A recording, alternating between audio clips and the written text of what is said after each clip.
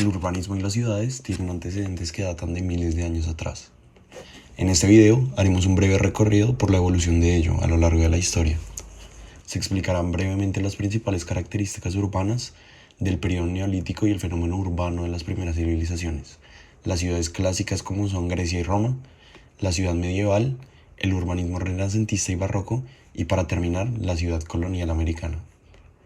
Para empezar a explicar el periodo neolítico, tenemos que remontarnos al periodo previo, llamado paleolítico, en el que las dinámicas humanas eran 100% nómadas. Estas eran caracterizadas por sus asentamientos no permanentes en torno al fuego y en búsqueda constante de sustento, seguridad y refugio en espacios como las cuevas. La revolución neolítica marca un cambio en las dinámicas humanas, ya que mientras el periodo anterior la estabilidad de las comunidades dependía casi en su totalidad de los antojos de la naturaleza, los descubrimientos en agricultura y ganadería permiten el paso al sedentarismo, en donde la perdurabilidad de un asentamiento era mucho más prolongada y las comunidades tienen la posibilidad de crecer en número y área. Las características generales de las primeras civilizaciones es que fueron asentamientos más complejos.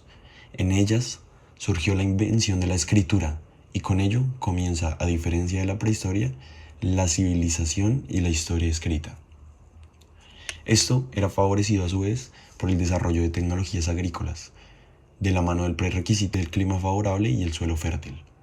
Finalmente, una de las características generales que les dieron mayor importancia a estas civilizaciones fue el desarrollo de instituciones que consolidan el poder. Ur, por su lado, fue la ciudad más famosa de Mesopotamia, ubicada en el sur de esta, en la actual Irak. Se dice que habría alcanzado hasta 500.000 habitantes, pero manteniendo las condiciones de intimidad pese a la elevada densidad. Las edificaciones estaban desarrolladas en torno a un patio para favorecer las condiciones climáticas. También se destacaron por innovaciones como canales, puertos y edificios públicos, al igual que por el arado y la escritura. Babilonia, por otro lado, se encontraba ubicada sobre el río Éufrates y se dice que llegó a tener de 200.000 a 300.000 habitantes. Entre sus características urbanas se destacan los jardines colgantes, el zigurat y las puertas sagradas. Pasando a las ciudades clásicas, tenemos a Grecia y a Roma, que tuvieron transformaciones importantes que datan de hace unos 2500 años. La época de Grecia clásica se concentró en Atenas, y es en este periodo en el que se consolida una estructura social llamada la polis. Sus tres mayores aportes culturales fueron las aportaciones de pensamiento en áreas como la filosofía y la ciencia, el surgimiento de un sistema participativo llamado la democracia, el cual crea la primera distinción entre el ciudadano y lo público, y finalmente el desarrollo de las artes.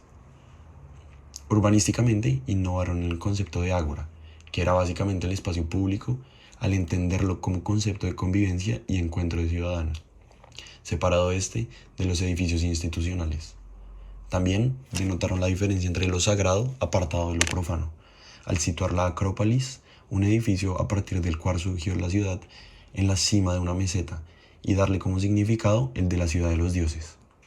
Finalmente, el trazado urbano a partir de una cuadrícula se le debe también a los griegos, específicamente a Hipódamo de Mileto, a quien se le considera como el primer planificador urbano. Roma, por su lado, incorporó muchas características de la ciudad griega y además incorporaron elementos que hicieron de esta civilización una tan importante. Lo que caracterizó a la civilización romana fueron sus innovaciones en ingeniería, milicia, política y administración. Sus principales elementos urbanos característicos son la monumentalidad, el espacio público, al igual que los griegos, pero llamado por estos foros, la importancia de espacios dedicados al espectáculo y la retícula en la planificación articulada por dos ejes principales, estos llamados cardo y decumano. Por otro lado, innovaron en la creación de monumentos, acueductos, vías y cloacas. Después de la caída del Imperio Romano, las ciudades fueron caracterizadas por el renacimiento económico en el siglo X, en la época medieval. En estas se consolidaron monasterios y feudos que básicamente eran comunidades cerradas con sus propios sistemas sociales y económicos. Además, aparecen los burgos, que son asentamientos de comerciantes afuera de los feudos, y se vuelven característicos porque son barrios que crecen a partir de un mercado. Con ello, Las ciudades medievales crecen a partir de estas, de las ruinas romanas o nacen a partir de cero. Se conservan en ellas elementos de la ciudad romana, pero entre sus elementos característicos está la muralla, las plazas descentralizadas dedicadas al comercio, las calles estrechas y la altura superior en castillos e iglesias. La ciudad renacentista, por otro lado, y a diferencia de la anterior, es identificable por su claridad y simetría espacial, con ritmo continuo y estable, en donde hasta las fortificaciones contaban con estas propiedades. Además, se explotó la monumentalidad en mucha mayor medida, teniendo al monumento como un elemento de apreciación y respeto. En este periodo también nacen ideas de ciudades ideales y se modifica a partir de estos principios las ciudades medievales. En el periodo barroco, que es el que le sucede al Renacimiento, lo representativo de la arquitectura es que en esta se exageran y contorsionan las anteriores tendencias, buscando el movimiento y la tensión, de manera que lo rígido y estable se vuelve abierto y dinámico. En este se busca mayor apertura de los espacios públicos y se emplean elementos como el trivío, la calle recta, el eje ceremonial, la diagonal y además se retoma la importancia de los monumentos, el impacto visual y la uniformidad en las fachadas. Ya para finalizar, la ciudad colonial americana cumple con varias características propias del choque cultural de las sociedades prehispánicas en América y características que se han mencionado previamente de Europa. De las características que predomina en estas ciudades se encuentra el eje ceremonial demarcado por plataformas y definiendo una jerarquía a partir de las alturas. La apertura espacial también es característica de estas ciudades, en conjunto con la plaza pública y espacios no planificados, pero también con búsqueda de regularidad. Entre las más importantes resaltan Teotihuacán y Tenochtitlán.